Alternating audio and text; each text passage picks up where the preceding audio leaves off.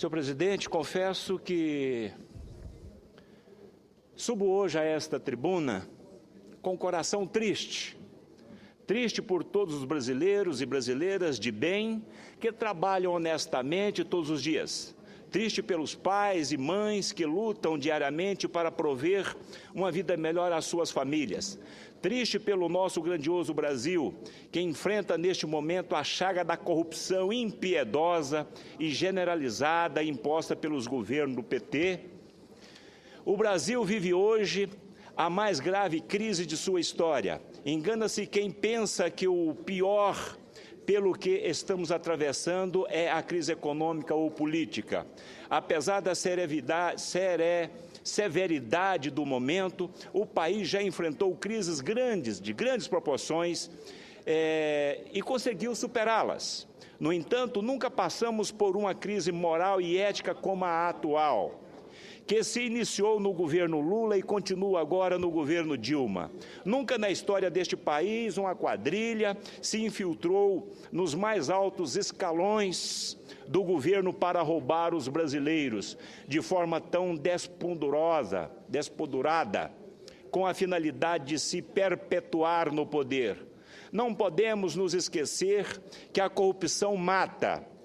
E mata muito. Nesse exato momento existem milhares de idosos, crianças nas filas dos hospitais públicos sem remédio por causa da corrupção. Milhares de crianças nas escolas públicas estão passando fome por causa do dinheiro desviado de merendas. Milhares de brasileiros morrem todos os anos nas estradas emburacadas por causa do desvio de verbas públicas. E eu já disse aqui uma certa vez e quero ratificar. A corrupção no Brasil, ela mata mais do que qualquer guerra no mundo. Eu disse uma certa vez e aqui eu estou a repetir. Em 2012, a ONU disse que a corrupção mais a má gestão somou mais de 200 bilhões de reais.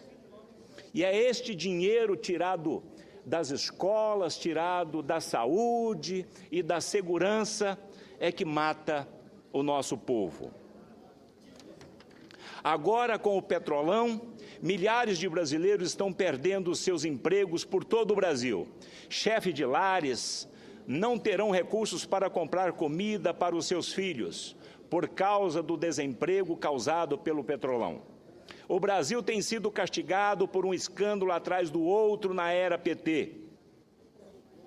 Vem sangrando os cofres públicos de forma vergonhosa. Permitam-me lembrar de algum desses escândalos recentes. A Operação Navalha, esquema de desvio de verbas públicas por meio de fraudes em licitações da obra do PAC em 2007. Operação Águas Profundas, esquema de licitação fraudulenta na Petrobras em 2007. Operação Castelo de Areia, superfaturamento em obras públicas em 2009. O Mensalão, o maior escândalo, era o maior escândalo. Também a Operação Porto Seguro, Operação Lava Jato, agora a Zelote, que é a operação da Receita Federal, a operação agora também que está se instalando, que é da Eletrobras, e tantas outras, senhor presidente, que se eu fosse falar aqui, eu não teria tempo. E Paulo Roberto Costa, melhor dizendo, num depoimento dele aqui na CPI, ele disse que a corrupção não estava só dentro da Petrobras, mas sim nas rodovias, nas ferrovias, nos portos e outros cantos deste país. E ele veio a confirmar. Mas eu quero, senhor presidente, dar como lido todo o nosso discurso, porque o nosso querido presidente, Renan Calheiro, acaba de chegar e quer abrir a ordem do dia. O grande problema dessa corrupção nesse país, eu sempre vejo, e eu tenho dito também, senador Cristóvão, é a falta de transparência. A transparência, para mim, é a mãe da corrupção. E a impunidade é o pai da corrupção. Essas duas coisas hoje caminhando junto, é o resultado de todo esse desastre que nós estamos vivendo no país. Lá no meu estado, o novo governador, depois de 100 dias de governo, até hoje ele não disponibilizou o portal da transparência. E leis para isso nós temos com abundância. A lei da transparência de 2011 e tantas outras leis. Mas, lamentavelmente, o nosso país não cumpre as nossas leis. Isto é lamentável. A nossa LDO, por exemplo, ela deixa muito claro que quem mexe com dinheiro público tem que prestar conta. A nossa Constituição Federal, no seu artigo 70 e 71, também deixa muito claro. Mas, lamentavelmente, não. E Rui Barbosa disse, deixa encontrá-lo. Tá. Aqui também eu quero ler mais um parágrafo. Se quisermos devolver o Estado a quem de direito pertence, ou seja, aos cidadãos brasileiros, temos que escancarar as portas e as janelas para que a luz do sol desinfete a corrupção que vem apodrecendo a máquina pública.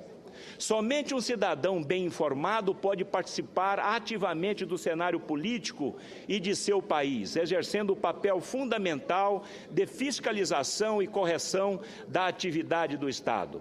São essas, senhoras e senhores senadores, reflexão que eu trago a este plenário na tarde de hoje. Chega de promessa e de discursos vazios. Transparência, controle, fiscalização precisam ser a norma geral na execução. Mas que isto? É hora de dar um basta na impunidade que ainda teima em alimentar a chaga da corrupção no Brasil. É hora de limitar gastos milionários de campanha que tornam candidatos e partidos reféns do poder econômico e de rever, de uma vez por todas, um modelo político que se presta às alianças duvidosas, movidas pelos interesses pequenos, muitas vezes às margens da legalidade. E aí eu me refiro ao grande jurista Rui Barbosa, que um dia lhe disse: de tanto triunfar as nulidades, de tanto prosperar a desonra, de tanto ver crescer a injustiça, de tanto ver agigantar-se os poderes nas mãos dos maus, o homem chega a desanimar da virtude, a rir-se da honra, a ter vergonha de ser honesto. Com base nessas palavras, faço um apelo a todos os senadores e senadoras de bem desta casa, a unirmos em benefício do nosso povo trabalhador. Concedo a palavra ao senador Cristóvão. Senador Ataídes, o senhor fala em transparência e realmente é fundamental. Agora, como é que a gente pode pedir transparência quando o próprio governo federal manipula os dados através das pedaladas, como a gente vê? No ano passado, eu organizei uma audiência pública sobre essas pedaladas, que então se chamava de a manipulação se chamava diretamente dessa forma, manipulação das contas públicas e a contabilidade criativa. E fiz na CDH, na Comissão de Direitos Humanos, com o argumento de que a presidente Dilma criou uma comissão da verdade para apurar os crimes que o regime militar cometeu. E eu dizia, manipular os dados sobre a economia de um povo é um crime que eu não diria da mesma dimensão, mas com a gravidade que nós não podemos deixar que passe. Houve uma manipulação, houve um crime, que agora o Tribunal de Contas comprova. Fizemos audiência, trouxemos especialistas e eles mostraram com clareza os crimes que estavam sendo cometidos. Não apenas do ponto de vista da lei de responsabilidade fiscal que estava sendo maculada, seja, ilegal o que faziam, mas do ponto de vista da ética, da obrigação de dizer ao povo a realidade da economia que o povo faz, que o povo vive e que o povo padece. Naquela época, isso foi ridicularizado, isso foi tido como algo de quem queria apenas provocar crítica. Não, eu queria mostrar, e mostramos, está publicado.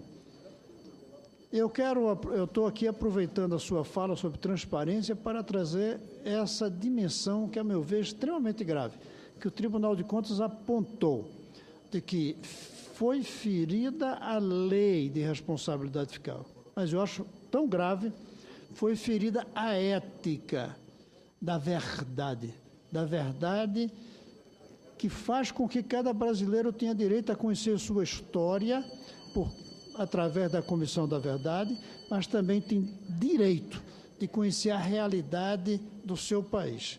E o governo manipulou, escondeu e fez, através de suas diferentes pedaladas, da contabilidade criativa com que o povo ficasse enganado. E continua ainda. Por isso, é preciso levar em frente e analisar com rigor os responsáveis por aqueles crimes apontados pelo Tribunal de Contas. Obrigado, senador Cristóvão. A lei de responsabilidade fiscal, que a presidente Dilma tanto falou sobre ela, e ela queria ser a mãe desta lei de responsabilidade fiscal, na verdade, ela foi criada em 2001 pelo então presidente da República, Fernando Henrique Cardoso. Esse PLN 36, que passou aqui pelo Congresso Nacional e que nós debatemos bastante sobre a eficácia da aprovação desta lei, eu estava verificando agora as contas do banco BNDES, que empresta 12,75 pega o dinheiro a 12,75, empresta para o BNDES empresta TJLP mais 1%, e ainda tem a situação da equalização. Isso significa, senador Cristóvão, que em 2014, o BNDES, o país, teve um prejuízo de 9 bilhões e pouco. E esses 9 bilhões, que eu considero, e na contabilidade é considerado de despesa financeira líquida, isso tinha que compor a lei de responsabilidade fiscal. Isso tinha que incorporar a contabilidade como despesa. Também a Previdência Social. Acaba-se de descobrir um rombo de quase 2 trilhões e pouco, que também não compôs as contas do governo. Enfim, essa falta de transparência é que realmente acaba com a ética e com a moral e com o futuro do nosso povo. E eu concluo, senhor presidente, dizendo o seguinte: vamos dizer não à corrupção malévola do PT. E aqui eu quero aproveitar e dizer que eu tenho muitos amigos do PT. Tem muita gente boa dentro do PT.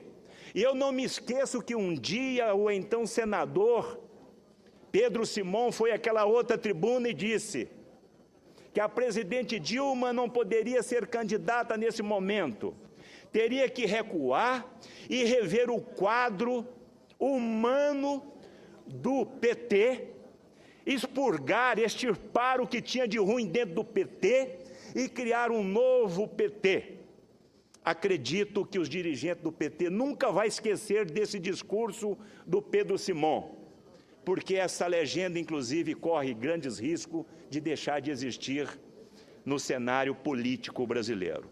Então, vamos dizer não à corrupção malévola do PT, vamos dizer não à pouca vergonha e ao descaramento do uso do dinheiro público, vamos dizer não ao cinismo e mentira deste governo. Muito obrigado, senhor presidente.